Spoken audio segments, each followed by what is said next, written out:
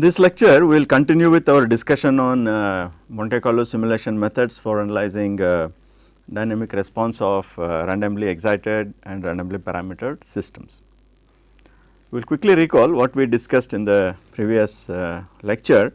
We considered systems governed by stochastic differential equations of this form, dx of t is a dt plus b dbt, b of t is the Brownian motion process, and we developed discretization schemes which respect the peculiarities of sample parts of Brownian motion process, where delta x square goes to 0 as delta t goes to 0, and based on that discretization procedure, this was the one of the discretization procedure that we considered.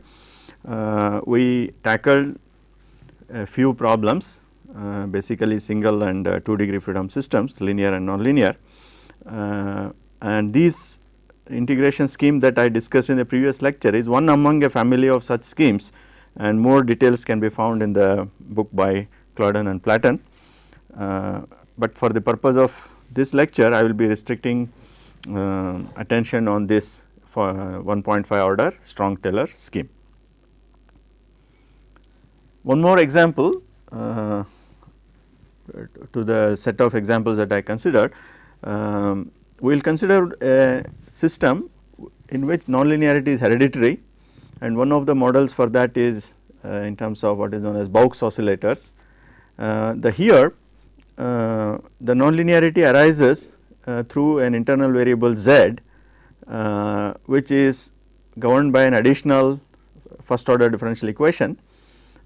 So, the resisting force at any time t depends on the response time history up to that time instant, and these are known as inelastic systems typically associated with material nonlinearities.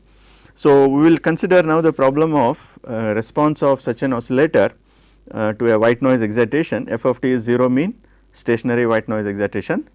To implement the solution scheme that we developed, we will first convert them into set of first order differential equations, x1, x2, x3 respectively denote x, x dot and z, and we can recast this Gowning equation into this form and identify the functions a1, a2, a3, b1, b2, b3 etcetera in our the standard form of stochastic differential equations, and we can compute the terms in the discretization scheme, that is these operators L, L1 acting on A, B etcetera, and that leads to a discrete map which can be used for simulation, and the numerical values that I have used for illustration are displayed in this view graph. 5,000 samples have been used for simulation. So, this is one of the time history of response displacement. This is velocity, and this is the internal variable z of t. This is the time evolution of standard deviation of the displacement process. In the earlier examples that I considered, some of the examples were such that one could determine the steady state response exactly using Fokker-Planck equation approach, but the Baux oscillator model does not belong to the class of problems which are amenable for exact solution through Fokker-Planck equation approach. So, therefore, there is no result on analytical solution here. This is a phase plane plot x versus x dot,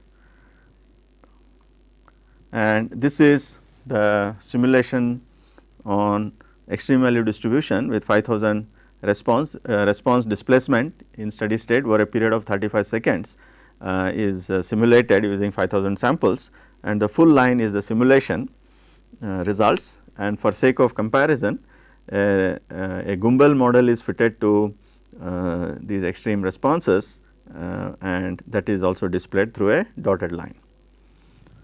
There is no reason why they should match, but this is only for purpose of comparison that the results are shown on the same graph here.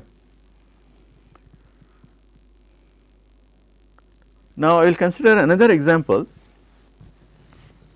Here the simulation, the motivation for considering this example is to demonstrate how simulation methods can be used to generate ensemble of load time histories. So, for the purpose of illustration, we consider the simulation of earthquake ground motion, and one of the simple parametric model that we discussed earlier is to consider the ground acceleration at the bedrock level to be a Gaussian white noise, and this excitation at the bedrock level gets filtered through the soil layer and it manifests as ground motion, and our interest is basically to model the ground displacement, velocity and acceleration.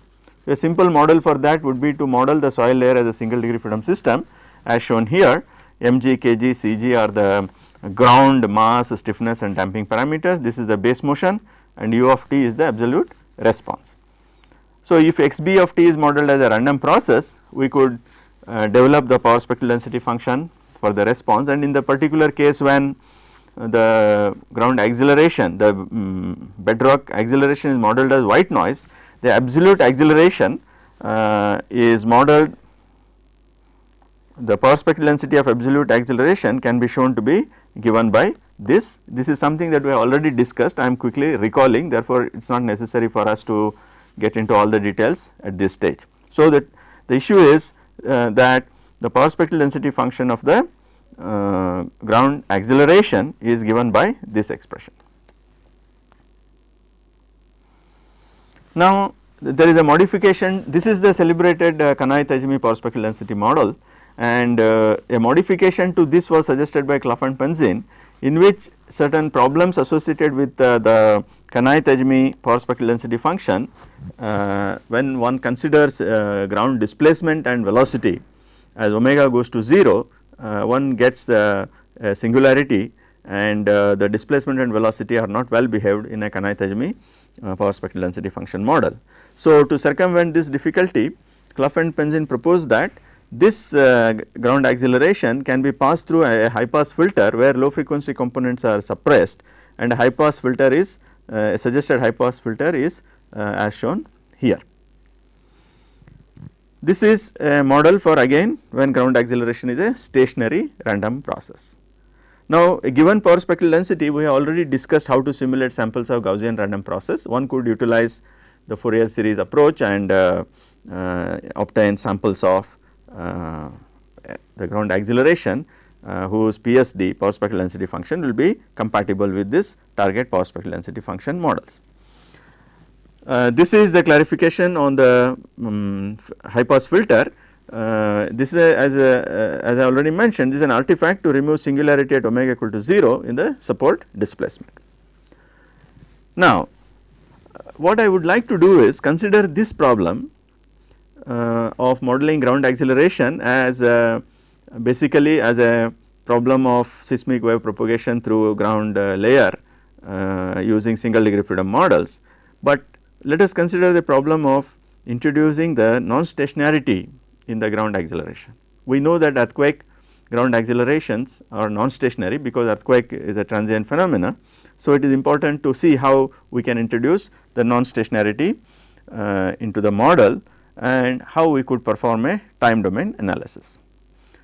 So, this is where we can consider the application of the stochastic differential equation approach to simulate samples of ground acceleration. So, here we have used slightly a different notation. Xb of t is the ground displacement, bedrock level displacement, xb dot is the velocity at the bedrock, and z1 is the absolute ground acceleration prior to the application of high pass filter. So, we introduce the notation y1 as z1 minus xb, where y1 is the relative displacement of the ground with respect to the bedrock, and we can get this equation where on the right hand side now we get ground bedrock acceleration. So, upon dividing by m1 we get the equation in the standard form as shown here, and we could model xb double dot of t as E of t into S of t, where S of t is taken to be a 0 mean stationary white noise random process Gaussian, and E of t is a deterministic modulating function. So, the absolute ground acceleration can be given by minus 2 eta 1 omega 1 y 1 dot minus omega 1 square y 1, because if you look at this equation, you take the terms associated with damping and stiffness to the right hand side and divide by m1, we get essentially this equation. Now, we will pass this acceleration through the high pass filter to remove singularity at the 0th frequency, and this is the filter equation for that in the time domain. Now, the envelope that I was mentioning E of t, there are various models proposed. One of the model is as shown here. There is a rise time up to about 4 seconds, and the envelope rises quadratically, and it remains constant for about 20 seconds, which is a strong motion phase, and then there is an exponential decay. Another model is a difference of two exponential functions, which can also be used as a model for E of t. So, schematically, for example, if you adopt the first model, the blue line here is the envelope, this is plus E of t and this is minus E of t, and this is the bedrock level ground acceleration, which is now modulated by this envelope. This is please note that this is a schematic, because at the bedrock level we are modeling the ground acceleration is a white noise, and white noise does not truly exist. So, it is not strictly correct to show a sample of a white noise which is continuous in time, because such samples do not exist. This is the schematic representation. Now, what we will do is we will consider these two differential equations and recast them into the form of a stochastic differential equation. So, the ground displacement, ground velocity and ground acceleration after filtering, that is after it passes through the high pass filter, are given by y2, y2 dot, y2 double dot. So, our objective is to simulate samples of ground displacement, velocity and acceleration when the ground bedrock acceleration is a modulated white noise process. So, the envelope, the non-stationarity is introduced through the envelope E of t.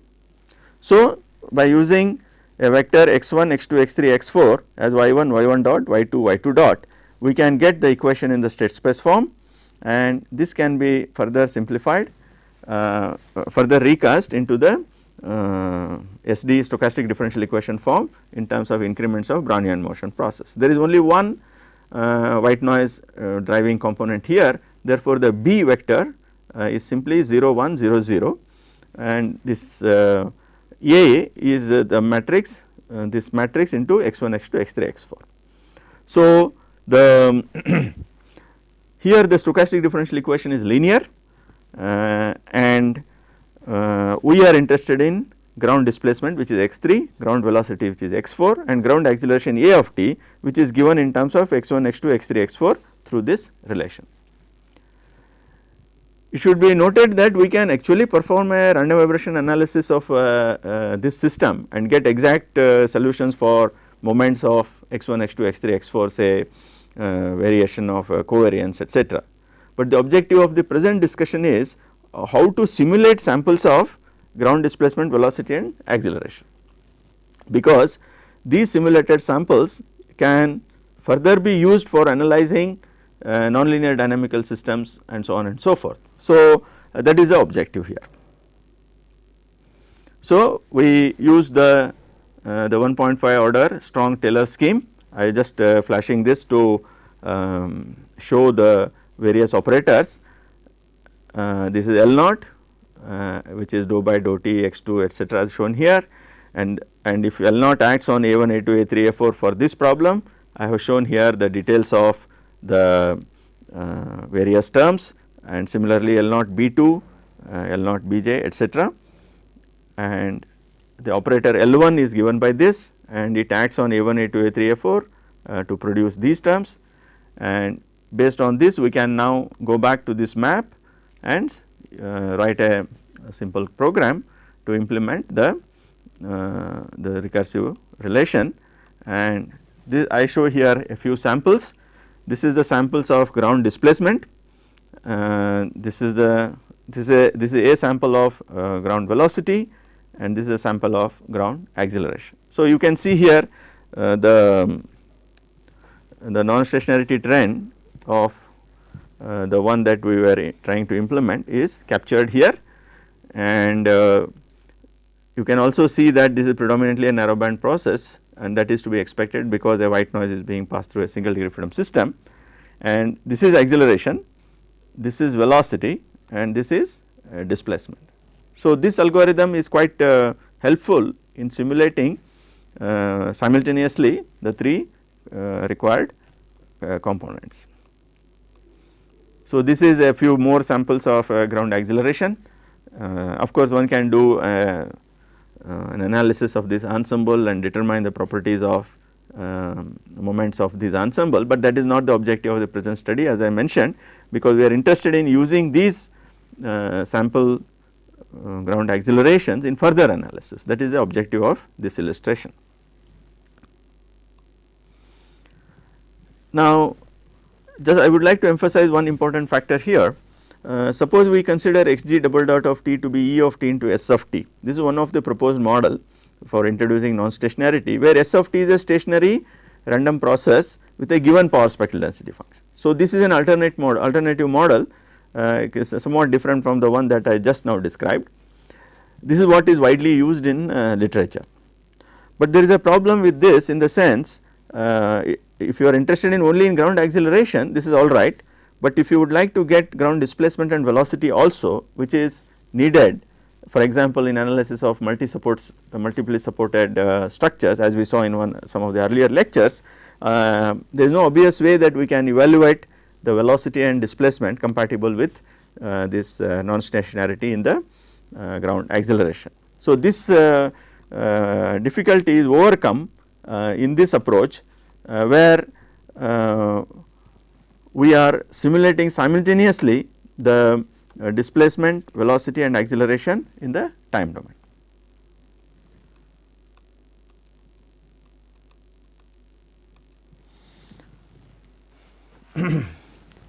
Now, I move on to an important aspect of simulation procedures, namely the problem of variance reduction. In one of the earlier lectures, I have briefly touched upon this. Now, let us see in slightly greater detail what is the meaning of this problem. Let us consider the problem of evaluating the probability of failure with respect to a performance function, and this is written as an integral minus infinity to infinity I of g of x p x of x dx, where I g of x is the indicator function, which is equal to 1 if g of x is less than 0 or it is 0 otherwise. So, the probability of failure therefore can be thought of as an expected value of the indicator of g of x, and consequently we can get an estimator of the form I equal to 1 to n 1 by n I g of x I, where x i's are simulated samples from p x of x. Now, this estimator, we have already discussed the properties of this. We have shown that this is an unbiased estimator with minimum sampling variance, and the optimal sampling variance is given by this quantity.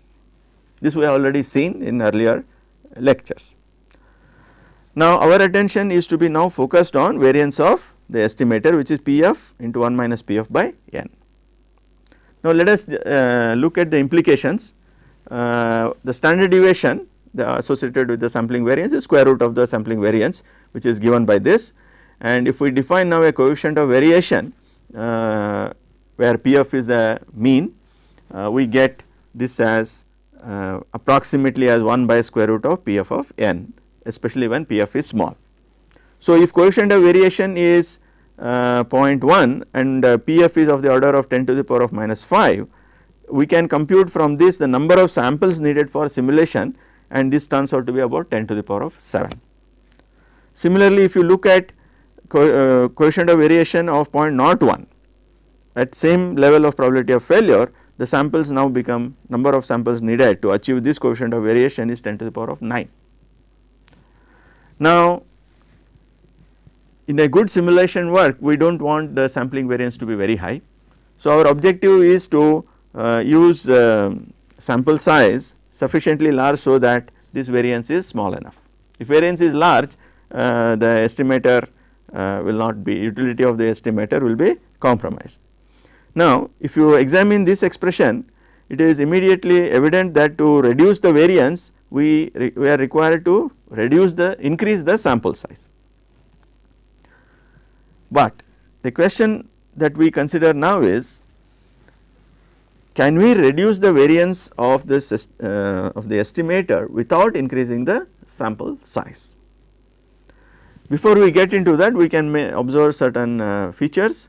This variance, that is Pf into 1 minus Pf by n, is independent of the size of basic random variable vector x. This n is a sample size, but x can be any dimensional, I mean it can be large dimensional. Now if this variance is large, the utility of the estimator becomes questionable. Therefore it appears that in order to reduce the variance of the estimator, we need to increase the sample size n. The question now is, therefore, can we reduce the variance of the estimator without increasing n? So the techniques that which answer this question are known as variance reduction techniques. Now we can consider this problem of variance reduction by again considering this integral p of minus infinity to infinity I of gx px of x dx. What we will do is, now we will multiply and divide by hv of x, where hv of x is a valid probability density function. It satisfies the requirement that if px of x is greater than 0, hv of x is also greater than 0. Now if we now look at probability of failure, we can rewrite the integrand in the slightly different form. I will now call this indicator g of x into px of x by hv of x as f of x, and I will interpret pf as an expected value of f of x with respect to the PDF h. Okay. Therefore, now I can estimate pf by drawing samples from h. This h is known as the importance sampling density function. I will come to that shortly. So if we now take j to be 1 by n, I equal to 1 to n f of vi, where vi's are drawn from hv of x, again j will be an unbiased estimator which minimizes the sampling variance with the lowest sampling variance given by this. Now what is the variance of f of v? It will now involve the function hv of x, which we have not yet chosen. So now we can select this hv of x so that this variance is minimized. Indeed, an exact solution to this problem is possible. We can verify that if hv of v is taken to be given by this function, then it turns out that variance becomes 0. This would mean that even with one sample we can get the exact estimate of pf. This looks amazing, but the mystery will be resolved if you notice that the definition of hv of x involves pf, which is the very quantity that we are trying to find out. So in that sense, is an ideal importance sampling density function. If you know pf, there is no reason why you should do simulations at all, but we will see what is the implication. We can make some remarks now. The construction of the ideal ISPDF requires the knowledge of probability of failure, the very quantity being sought in the first place. Therefore, the ideal ISPDF cannot be realized in practice. If you know PF, there is no reason why you will do Monte Carlo simulation. But the significance of this result lies in the fact that it is guaranteed, the importance sampling density function is guaranteed to exist. You know, this fact in itself is an assuring idea. One could look for suboptimal solutions which may not be ideal, but they can still reduce the variance. So in fact, this is the one of the themes in Monte Carlo simulation approaches for reliability analysis, that we will consider some of it shortly. We can reconsider this problem, revisit this problem of evaluating this integral 0 to 1 x square dx. This we have seen earlier shortly. The answer is 1 by 3, as you can quickly verify. Now what I will do is, one approach that we discussed is to interpret this integral as expected value of x square with respect to a random variable which is uniformly distributed in 0 to 1. That is one approach. But what we will do now is, we will multiply and divide by pi of x, where pi of x is the importance sampling density function, and then interpret I as the expected value of x square divided by pi of x, where we are drawing samples from pi. the expectation operator is with respect to pi of x and not this uniformly distributed random variable. Here pi of x can be any valid probability density function over 0 to 1. Now, if we select pi of x to be 3 x square say, where pi of x is x takes values from 0 to 1. Now, you substitute into this, I will get I tilde as 1 by 3 for any value of n, and hence for n equal to 1 also. That would mean with one sample I am getting the exact solution, provided you draw the sample from pi of x, right. So, what is the catch here? I seem to be getting exact solution with only one sample, but the catch here is that the definition of this importance sampling density function requires the knowledge of I being evaluated. That is, this is my uniformly distributed probability density function. Instead of sampling from this, we are advocating that we should sample from this red line, which is the ideal importance sampling density function. But how do we get it in the first place? If you analyze that problem, if you take pi of x to be alpha x square, and for condition of normalization requires that area under this integral should be equal to 1, and if you impose that alpha will be 3, but to find that it is indeed 3, we need to evaluate this integral, which is the very integral that we are trying to evaluate in the first place. That would mean you cannot really construct the ideal importance sampling density function without knowing the answer to the question that you are posing at the outside. So, a few remarks. Variance reduction can be viewed as a means to use known information about the problem.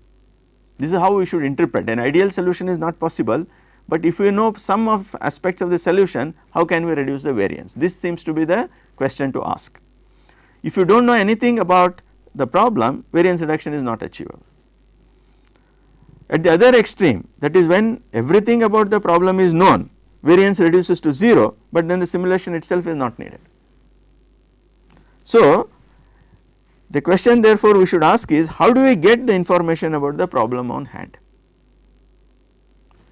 The answer to this lies in performing a few cycles of brute force simulation and learn something about the problem from the first few simulations that we perform.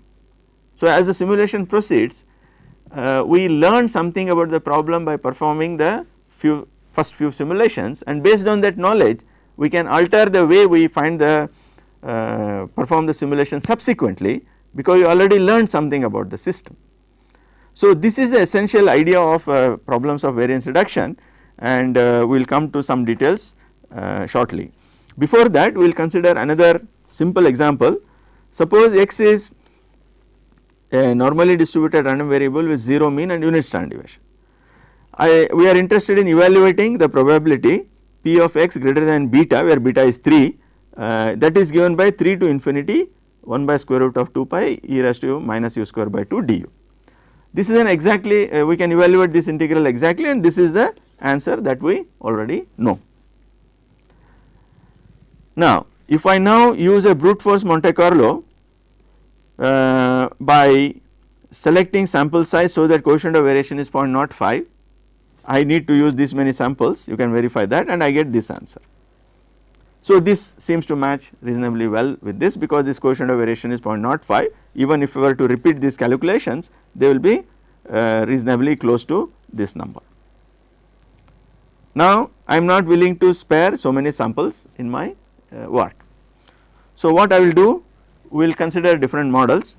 Suppose while doing this simulation, this 2,96,000 samples, we can collect few samples which are lying in the region x greater than beta, and using only those few samples we can fit a normal probability distribution function for those samples, and that normal probability density function can now be used as the importance sampling density function. So, what we have done, we have in brute force simulation we have been able to simulate few samples in the failure region, which is of interest to us, and therefore we have learned something about the failure region.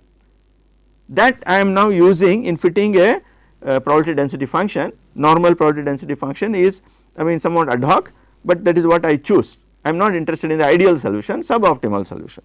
So, if I use this with 1000 samples, I get this number as my estimate for I. We can do something different. What we could do is, we could take the importance sampling density function to be a normal random variable with mean m and standard deviation s, where mean m is taken as the conditional expectation of x conditioned on the fact that x is greater than beta. And similarly, variance can be taken as conditional variance where x is greater than beta, and we get this answer using this as the importance sampling density function. Of course, we know the exact the ideal importance sampling density function, because we know the exact solution, and in this case this we can show that, I leave this an exercise, you can show that this is the ideal importance sampling density function. So, let us see how they look like. So, this red line is the Px of x, that is this integrand, and we are interested in the area under this curve from 3.5 onwards. What is the area under that curve?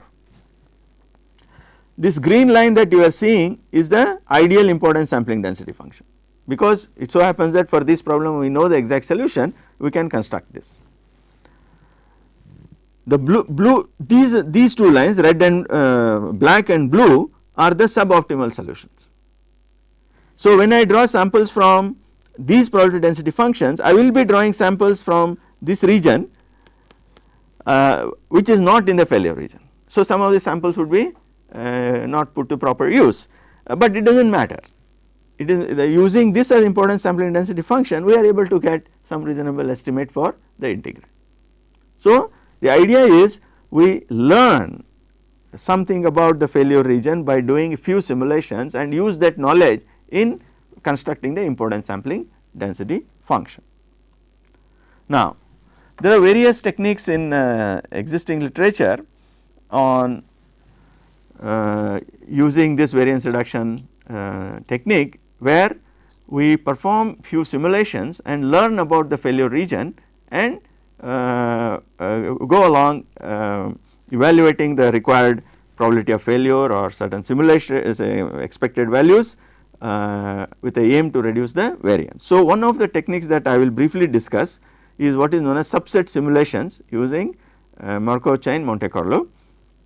This is a relatively recent technique developed somewhere in 2001, and there is a paper by Au and Beck which gives the details of the subset simulations, and the details on Monte Carlo Markov chain Monte Carlo can be found in the book by Lev. So, what I will do is I will begin by explaining the basic idea here. The basic idea here is that we are interested in evaluating a small probability, failure, call it as failure probability, and the idea here is this small failure probability can be expressed as a product of larger conditional failure probabilities. These larger conditional failure probabilities can be estimated with lesser computational effort. So, the subset simulation method employs these basic ideas, and this method is fairly generally applicable to wide class of problems. So, to schematically explain the approach, suppose we need to climb a step of this height, and if you want to do it in one go, you should learn how to climb this. This is quite a difficult task. What subset simulation does is, we construct a problem where we go in steps and reach the height. So, at every stage we take small steps. So, this is what essentially the subset simulation does. So, I will clarify this as we go along. Before that, we will quickly review what are these Markov chain Monte Carlo simulation methods. To illustrate that, let us consider x to be a d cross 1 vector of random variables with a joint probability density function Px of x. So, let us call it as pi of x. This probability density function could be specified as k into pi tilde of x, where k is the normalization constant which could be unknown. So, the MCMC simulation method essentially enables us to simulate samples of x from a probability density function which can be which may be known only to the extent of an arbitrary there may be an arbitrary multiplying constant which is unknown. So, the objective is to simulate samples of x and to evaluate, say for example, expected value of some f of x. So, according to this MCMC procedure, this expected value of f of x is obtained as an average over n minus m samples, where this is m, x of t I is a Markov chain with a steady state distribution given by pi of x. That is a basic idea. That means, we consider a time sequence t naught, t1, t2, tn and form the random variables x of t naught, x of t1 etcetera x of tn which is a Markov chain with a stationary probability density function pi of x. So, if we can construct this Markov chain, then we can simulate samples of x following these rules of this Markov chain and evaluate this expectation. So, that is a basic aspiration of this method. The essential question here is, how do we form a Markov chain whose stationary probability distribution density function is specified, which is that Markov chain. So, that is a problem. Now, we will quickly recall some properties of Markov processes. We have seen already that if a scalar random process x of t is said to possess the Markov property if the probability of the event x of t n less than or equal to x n conditioned on a sequence of events related to its past, namely x of t n minus 1 is less than or equal to x n minus 1 etcetera etcetera, x of t 1 less than or equal to x 1, it depends is equal to the conditional probability of x of t n less than or equal to x n conditioned on only the most recent observation for any n and for any choice of t 1, t 2, t 3, t n. This is the definition of Markov property. If a process is Markov, the nth order probability density function can be expressed in terms of products of transitional probability density functions and the initial probability density function. This we have seen. Also, what we have seen is the so called Chapman-Kolmogorov-Smolchovsky condition, which is a consistency condition for a process to be Markov, where this transitional probability density function has to satisfy this integral equation. Now, let us consider this integral equation slightly carefully. There are 3 time instants t1, t2 and tau lies between t1 and t2. If we now take t1 to be t0 and take t2 to infinity, we can show that this transition probability density function could become independent of the initial time t1. If that happens, we say that the Markov process has reached a steady state. So, in the steady state, I can now omit the dependency on t1 and write this integral equation in this form, where p of x2 colon t2 is p of x2 conditioned on x colon tau and p of x colon tau dx. This can be written in a slightly different simplified form, which is a standard form. Pi of y is integral a x y pi of x dx, and this a, which in this case is p of x2 conditioned on x, here it is a x comma y, is known as a kernel. Okay. So, this we need to consider. There is an algorithm by the name Metropolis-Hastings algorithm, which helps us to form the Markov chain which has the target stationary probability distribution function. So, the algorithm itself is quite simple. So, what we do is we initialize x naught and set t to t naught, then we define a d dimensional probability density function denoted by q, and this is known as proposal probability density function, and we draw a sample from this proposal density function. This proposal density function, for example, could be a multidimensional normal probability density function with a mean xt and covariance sigma square into sigma. This we will see how to select this in due course. we consider another random variable u which is uniformly distributed between 0 and 1. We simulate a sample of u from this random variable. Then we define alpha as minimum of 1 comma pi of y into q x conditioned on y divided by pi of x into q of y conditioned on x. Now, if u is less than or equal to alpha, we move the chain to the value y, otherwise the chain stays at xt, where xt is the value to which we have set the initial x. Now, we increment t. If t is equal to t max, we exit, otherwise we go to step 2. So, this is a very easily implementable algorithm.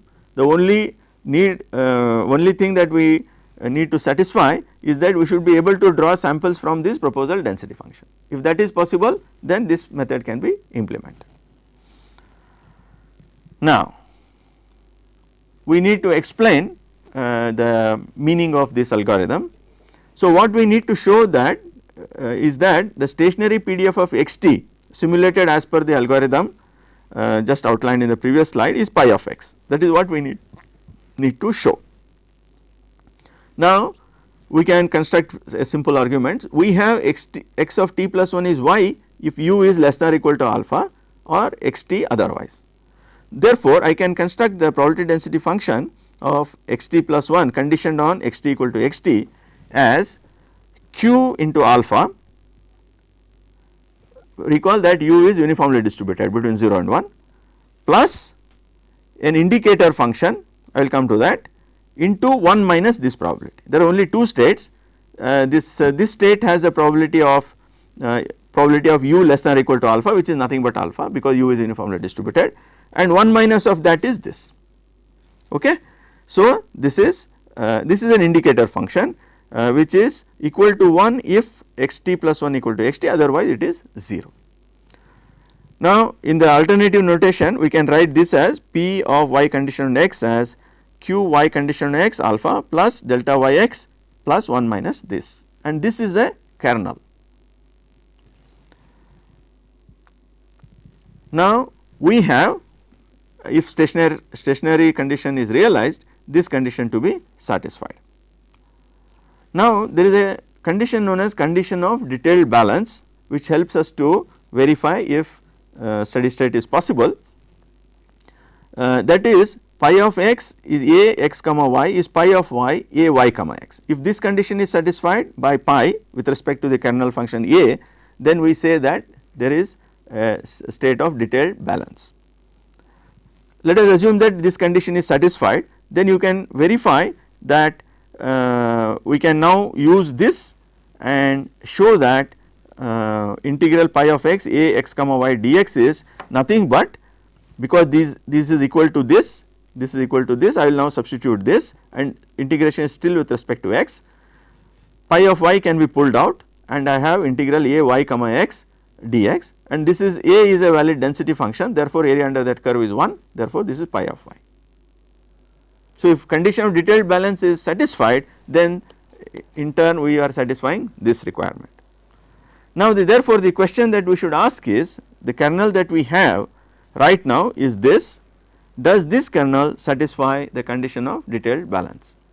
If condition of detailed balance is satisfied, then we are proving that the stationary PDF is pi of x. So, we can consider now the 2 terms, this term and this term separately. Suppose if we start with the first term, q into y comma x alpha x comma y, the condition for detailed balance is that this should be equal to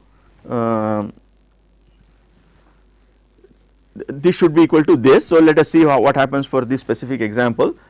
Now, I have now interchanged x and y, I am writing this, no, I am writing for alpha, alpha is minimum of this terms inside the bracket. Now, I can take this denominator outside and multiply on the left hand side, this q of y comma x and this q of y of x cancel, and pi of x comes to this side, and we get a of x comma y is pi of x, which is this. Now, similarly, if I now consider a y comma x, I can rewrite this and follow the same steps, and I can get a of y of x into pi of y to be this, and if you compare these two, we can verify that the first term in this kernel satisfy the condition of detailed balance. The same logic can now be used for the second term. So, again I write this and substitute for alpha and take out these terms, and I leave this as an exercise. You can verify, the proof is displayed here, and you can show that the detailed balance condition is satisfied by the second term also. Therefore, the Metropolis-Hastings algorithm will deliver what we want. So, now let us come to the problem of subset simulation.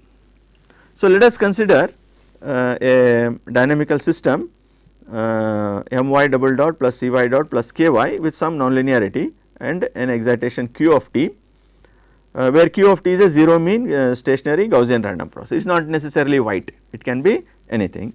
So, for purpose of discussion, we can write this q of t in terms of Fourier series where a and b n are Gaussian random variables. This we have described in the earlier lectures, and we are assuming that q of t is mean square bounded, and therefore, a Fourier series representation of this kind is possible. Now, let us consider z of t to be a metric of system performance, which is a non-linear function of y and y dot. This could be, for instance, von Mises stress, or say a reaction transferred to a support, or so on and so forth. Now, z of t is my metric of performance, and what we are interested is in estimating the probability that z of t stays below z star. Assume that z star is a safe limiting value for all t during a time duration 0 to capital T. Now, we can assume in this problem that system parameters like m, c, k, or any other parameters that are buried in these nonlinear terms could be random in nature, and we will call that all these set of random variables as theta.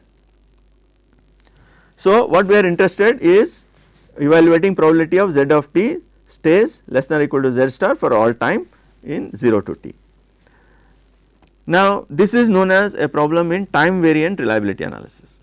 This can be converted into a problem in time invariant reliability analysis by replacing this by the maximum of z of t over a duration. If z of t is a random process, maximum of a random process over a time duration is a random variable. So, that random variable I write it as Zm, and I assume that Zm is a function of x, where x is the set of all random variables present in this problem that basically include my random variables an and bn and the random variable theta. So, I will now define z star minus Zm of x as my performance function, and we are interested in probability of g of x greater than 0. So, where Zm of x is maximum over the time 0 to t of z of t, and g of x is this, and this x is the collection of all the random variables a n, b n, theta, and even z star can also be a random variable. We can put that also here, and we get the probability of failure as now the integral of minus infinity to plus infinity, indicator of g of x less than or equal to 0, p x of x dx. Now, I can estimate p f using this estimator which is unbiased estimator with minimum variance, which we discussed shortly, with the variance given by this.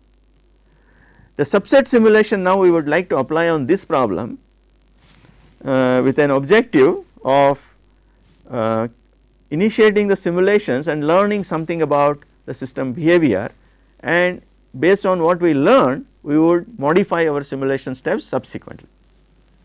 So, that is the basic spirit of variance reduction, and let us see how we proceed.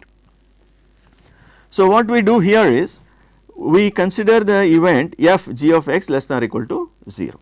So, imagine that this is x1, this is x2, and this is g of x less than or equal to 0.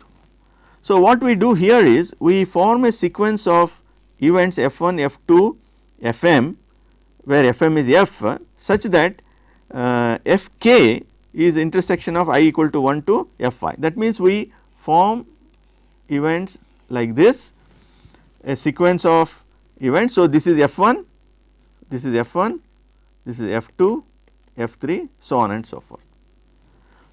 So, F1 is subset of F2, F2 is subset of F3, F3 is subset of Fm, so on and so forth.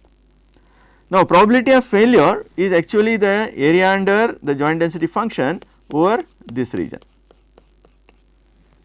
That can be quite small. Say for example, this Pf can be as small as say 10 to the power of minus 6.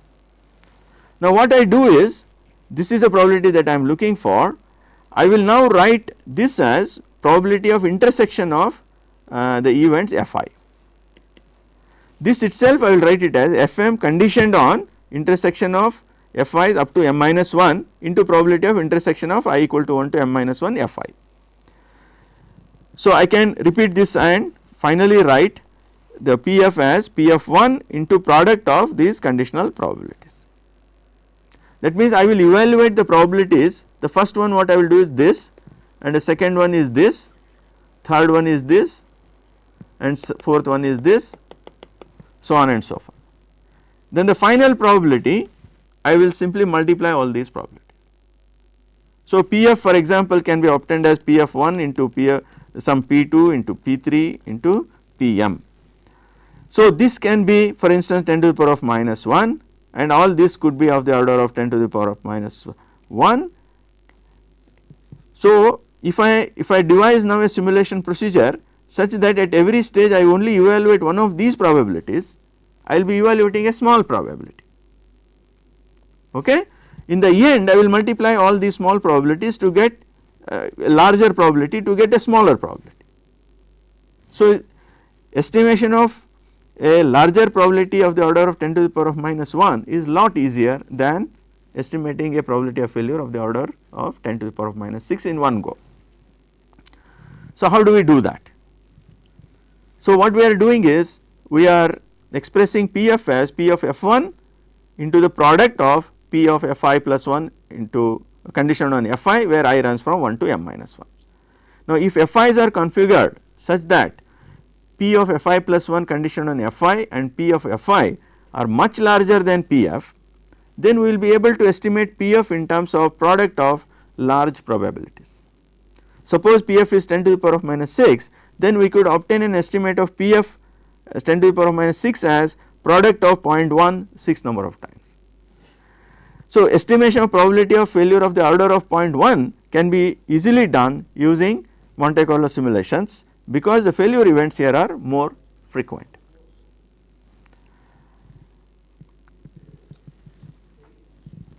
So, what we do is to start with we have to find Pf of F1, and what we do is we follow a brute force Monte Carlo simulation to find P of F1.